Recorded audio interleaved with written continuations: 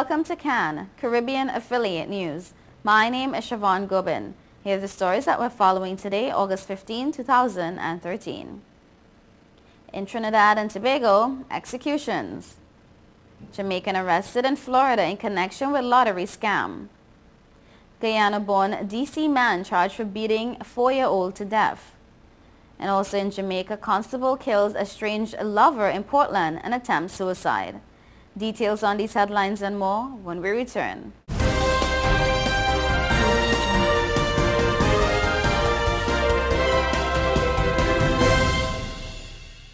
Welcome back to CAN, Caribbean Affiliate News. My name is Siobhan Gobin, and this segment of the news is sponsored by Total Caribbean Network.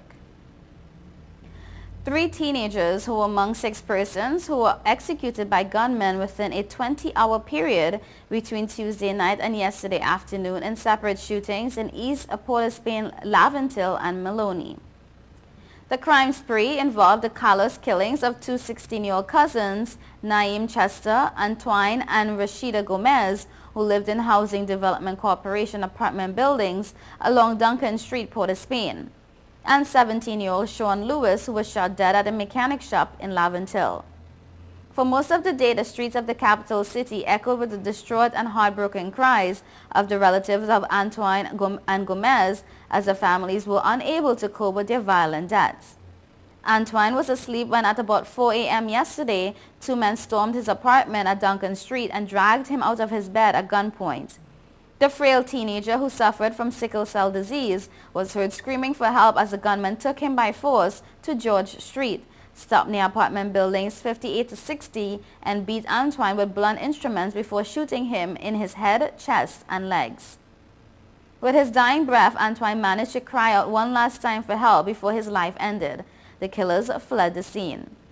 Residents of George and Nelson Streets became so angry when they found the bloodied body of the teenager, they firebombed a parked Mazda 626 car, believing it was the killer's getaway vehicle. Residents also collected debris and trash and blocked the roads. A party of officers from the Besson Street Police Station, the Interagency Task Force, the Guard and Emergency Branch and Homicide Bureau of Investigations, including Superintendent Kenny McIntyre, ASP Ajit Prasad, Inspector Singh, Inspector Jawad Rahir, Inspector Brown, Inspector Maharaj, Sergeant Spence, and PC Masclia arrived on the scene and the area was cordoned off. The officers removed the debris from the roads, allowing traffic to pass. District Medical Officer Dr. Ebelim was called out to view the boy's body. However, he had a misunderstanding with a member of the Homicide Bureau and left the crime scene without examining the body, much to the further annoyance of residents. It was only after the intervention of ASP Prasad that the doctor returned and was allowed to continue his work. The teenager's body was then removed to the Forensic Science Center, St. James. Relatives told reporters they were shocked over Antoine's death and could not understand why he was killed. He was such a good and caring person, loved by everyone, always trying to make you smile. He used to ask me, "Mom, why I had to suffer from sickle cell?" And I didn't have any answers for him. But he never once let that keep him down. He worked hard for everything he had and owned and would take up side jobs to buy his own clothes and shoes because he didn't even want to reply on me, said the boy's mother, who did not want to be named. Her cries were in vain as about 8 hours later, Gomez was riddled with bullets while she was liming with her boyfriend, Shondell Braithwaite, 18, in an apartment at Duncan Street. Shortly after 2 p.m., gunmen stormed the apartment where the 2 teenagers were alone and shot the young couple repeatedly before fleeing. Braithwaite received injuries to his left shoulder, while Gomez was shot about her upper body. After the gunmen left, Braithwaite tried to make it outside to alert his neighbors and was found at the door. The 2 teens were rushed to the Port of Spain General Hospital. However, Gomez died shortly after arrival. Her body was taken to the Forensic Science Center in St. James, when autopsy is expected to be done today. Unconfirmed reports claim Gomez was pregnant. Then about 4:15 p.m., Port of Spain Division officers were called out to 2 separate shootings in which another teenager and a man were killed. Police said Sean Lewis Jr., 17, nicknamed Biscuit, was fixing a car at Trotman Street, Laventille, when 2 men approached, and after a brief conversation, they pulled out guns and opened fire on the teenager, who died on the spot. Sean Lewis Sr. said his son was about to enter Form 5 at Malik Secondary School and he was spending his vacation learning a trade at a mechanic shop. Lewis said he was at his true Makaki Laventille home when someone told him his son was dead. While on the scene, officers received reports that another shooting had taken place at Quarry Street, Laventille. When the police arrived, they found a gold-colored Nissan Almera car crashed on the road. The driver was proceeding along the road when two gunmen began shooting. The driver, who up to press time yesterday was unidentified, slumped on the steering wheel and crashed the car. He died on the spot. The deceased was said to be in his late 20s, 6 feet tall, slim, dark, and of complexion with short hair. The police were again called out to another murder at about 6:30 p.m. when residents of Blondeville Alley, Laventille, heard loud explosions and then found a man who was unknown to them, bleeding about his body. The wounded man was then rushed to the hospital. However, he died while undergoing treatment. His identity also remained unknown. The killing spree began the night before at about 10:30 p.m. on Tuesday in Maloney with the death of 23-year-old Aaron Williams. Williams was liming with three friends near Building 9 when they were approached by three men who pulled out firearms and shot at the group before fleeing. Police said all four friends were injured and rushed to the Rima District Health Facility. Williams was pronounced dead on arrival and his friends were treated and warded. One victim, Theo Edwards, was transferred to the Eric Williams Medical Sciences Complex in Mount Hope and was in critical condition up till late yesterday. Speaking to reporters yesterday, Superintendent McIntyre called on the residents of the crime-stricken areas to come forward and assist the police.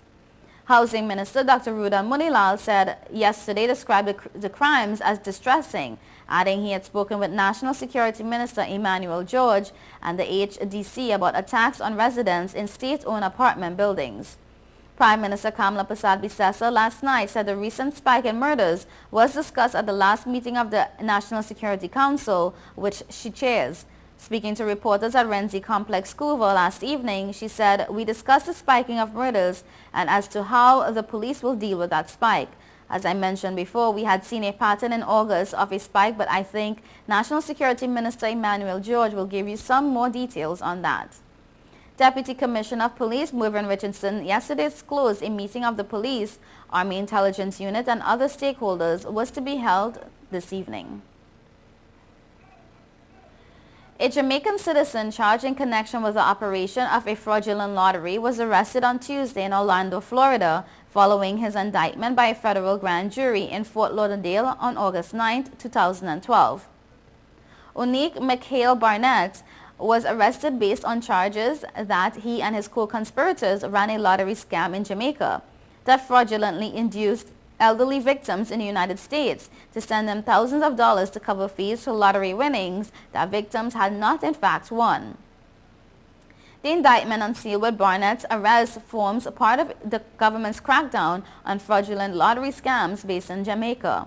Beginning in October 2008, Barnett and his co-conspirators are alleged to have contacted victims in the U.S., announced that the victims had won cash and prizes, and persuaded the victims to send them thousands of dollars in fees to release the money. The victims never received cash or prizes. The defendant and his co-conspirators allegedly made calls from Jamaica using voice-over internet protocol technology that allowed them to use a telephone number with a U.S. area code. According to the indictment, Barnett convinced victims to send money to middlemen in South Florida who forwarded the money to Jamaica. Barnett was charged with conspiracy and 37 counts of wire fraud and with committing these offenses via telemarketing. If convicted, he faces a statutory maximum sentence of 30 years per count, a possible fine and mandatory restitution.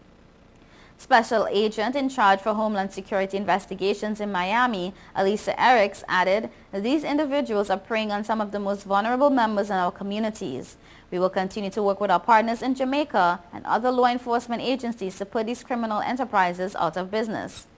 Acting U.S. Marshal Neil De Sousa said the U.S. Marshal Service in the Southern District of Florida, along with the Jamaica Foreign Field Office and the Organized Crime Drug Enforcement Task Force, remain committed to locating and apprehending criminals who defraud elderly Americans. We will continue to work with the U.S. Postal Inspection Service and Department of Homeland Security on the JOLT task force in the ongoing effort to combat lottery fraud targeting some of our most vulnerable citizens.